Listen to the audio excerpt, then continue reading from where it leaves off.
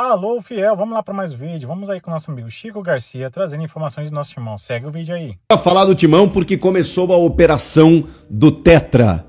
Já tem jogo nessa quarta-feira e ele é muito decisivo. E tem duas preocupações que eu quero abordar com vocês a respeito dessa partida. Vamos lá, vamos falar de Corinthians e Vasco da Gama. A final, a grande decisão da Copa do Brasil de 2025. Quem diria?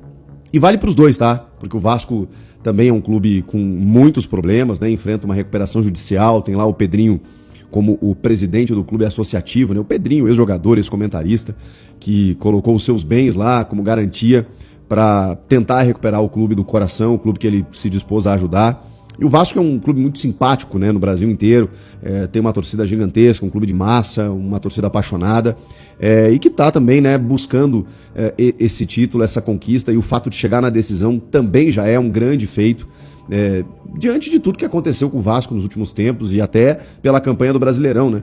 Um clube que chegou a sonhar com uma vaga na Libertadores, depois de uma sequência positiva e depois de uma derrocada muito grande, tomando pancadas atrás da outra, 5 derrotas, até que aplicou aquele 5-1 no Inter, e por pouco ali não disputou alguma coisa mais perigosa na última rodada, porque, né, tinha conseguido ali uma ou outra vitória que tivesse dado uma pontuação um pouquinho mais aceitável, mas foi uma campanha muito ruim também, mas tem bons valores esse Vasco da Gama.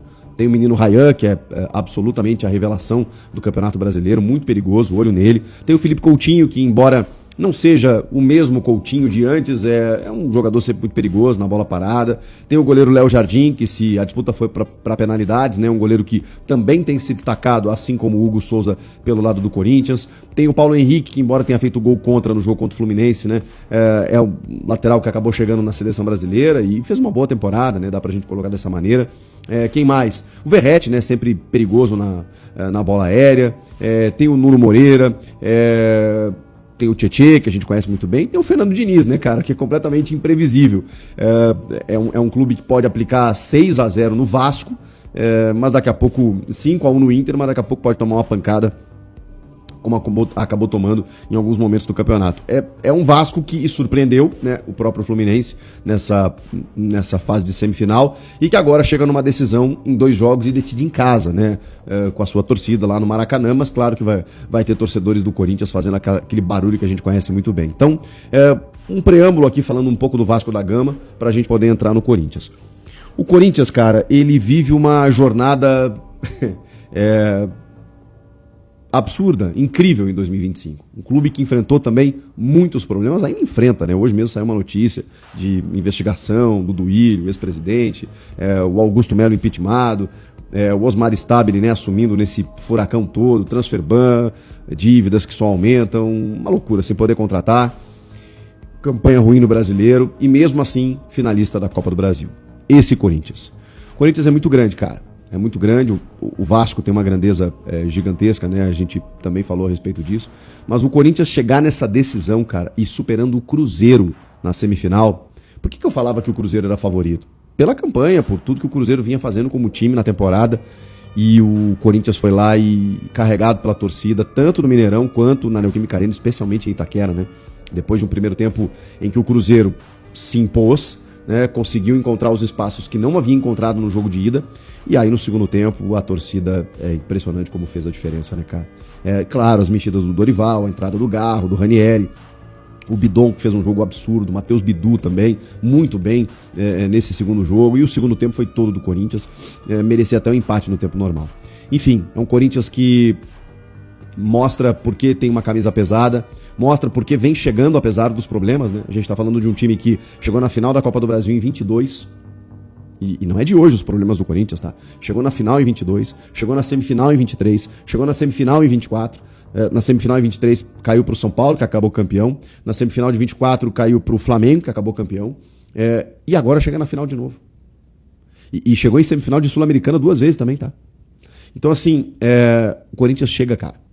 Porque muitas vezes tem problema e tal, quando vai pra Itaquera, pum, a torcida carrega, vai pra pênaltis e tal, muitas vezes dependeu do Cássio, hoje tem lá o Hugo Souza, mas não depende só do Hugo, né? A gente tá citando outros tantos valores que foram importantes nessa fase de semifinal. Impressionante o que o Corinthians vem fazendo. E tá pronto, cara. Tá pronto para ser campeão. Vai ser incrível assistir essas duas finais. Acho que o Vasco... eu não acho que seja 50-50. Acho que o Corinthians tem um leve favoritismo, até por ter destronado um adversário mais cascudo na semi, que é o Cruzeiro, e é o rei de Copas, né? É o maior vencedor, então é um adversário muito cotado nessa competição. E o Corinthians bateu, assim como tinha batido o Palmeiras nas oitavas. Então, assim, a trajetória do Corinthians, ela dá um pouquinho mais de estofo, a maneira como passou, e o Vasco, cara, que tem muitos problemas, mas tem alguns destaques individuais e tudo mais, eu acho que tá 60-40 ali pro Corinthians. O fato do Vasco decidir em casa, eu não sei se chega a ser uma vantagem, porque tudo depende do primeiro jogo, e aí é sobre isso que eu queria falar com vocês. O Corinthians, eu acho que precisa fazer, ou tem condições para isso, e precisa fazer, portanto, uma boa vantagem no primeiro jogo. Nossa, Chico, mas aí você está achando então que é fácil assim? Não, estou falando que é fácil. Eu só estou falando que o Corinthians tem condições de construir uma boa vantagem. O que é uma boa vantagem? Uns 2 gols de diferença. Né? Repito, não estou dizendo que é fácil, que já aconteceu. Não é isso. Estou dizendo que o Corinthians precisa buscar isso. Não que se vencer por um gol ou empatar o jogo não possa ser campeão no Maracanã. Não, mas eu acho que o Corinthians consegue, pelo embalo que está da semifinal, conseguir uma boa vitória. E aí eu acho que dificulta bastante a vida do Vasco da Gama nesse segundo jogo, se o Corinthians abrir uma boa vantagem. E tem condições para isso. Acho que se encaixar um jogo bom, como fez na estratégia do Dorival Júnior para amarrar o Cruzeiro no primeiro jogo. É diferente porque dessa vez o primeiro jogo em casa, o Corinthians, até pelo que eu estou falando, né, de construir a vantagem, vai ter que ser o protagonista. E sendo o protagonista, vai ficar mais com a bola. Então ele vai buscar mais as ações e vai ter que ter resguardos, evidentemente, né? Não pode dar espaço para o Ryan no contra-ataque, porque ele é muito imprevisível, esse moleque, né? Ele pode cortar para dentro, finalizar, ele pode ir para a linha de fundo, ele pode combinar uma jogada com o Coutinho. Então tem que ter resguardos, mas ao mesmo tempo é um Corinthians que precisa ser agressivo diante do seu torcedor. Minhas preocupações para esse jogo são 2. O aspecto físico. A gente tem percebido que o Dorival ele tem dosado muito bem, tá? Ele tem feito isso muito bem. A questão, especialmente Garro, Yuri e Ranieri, que foram jogadores mais descontados aí nos últimos jogos. Só que a gente está falando de uma semifinal e final em que você tem 2 semanas com jogos quarta e domingo. Não teve período para descanso. Eu sei, esse time se poupou nos últimos tempos no Brasileiro, não jogou nada, não sei o que, tudo mais, tudo isso beleza. Mas vamos para a prática. Para a prática são 4 jogos em 2 semanas. Não dá tempo de recuperar. O Corinthians jogou na quarta, jogou domingo, descansou nessa segunda-feira, né, regenerativa, aquela coisa toda, trabalha nessa terça e já joga na quarta. Quinta recupera, treina na sexta e no sábado para jogar no domingo. Essa é a semana do Corinthians. O Garro, que entra só no segundo tempo, ele entra num nível de intensidade contra o Cruzeiro fantástico, a ponto de ter sido determinante para o Corinthians fazer o gol e empilhar chances de gol, gerando muito jogo, muita oportunidade, que foi a entrada dele, mantendo o Bidon, que é jogado lá pelo lado direito, e as saídas do Carrilho e do Martínez. Naquele momento, com o Ranieri também ali, o Corinthians foi preponderante, mas um Garro num nível físico que eu não tinha visto ainda. Será que é porque ele jogou só 45?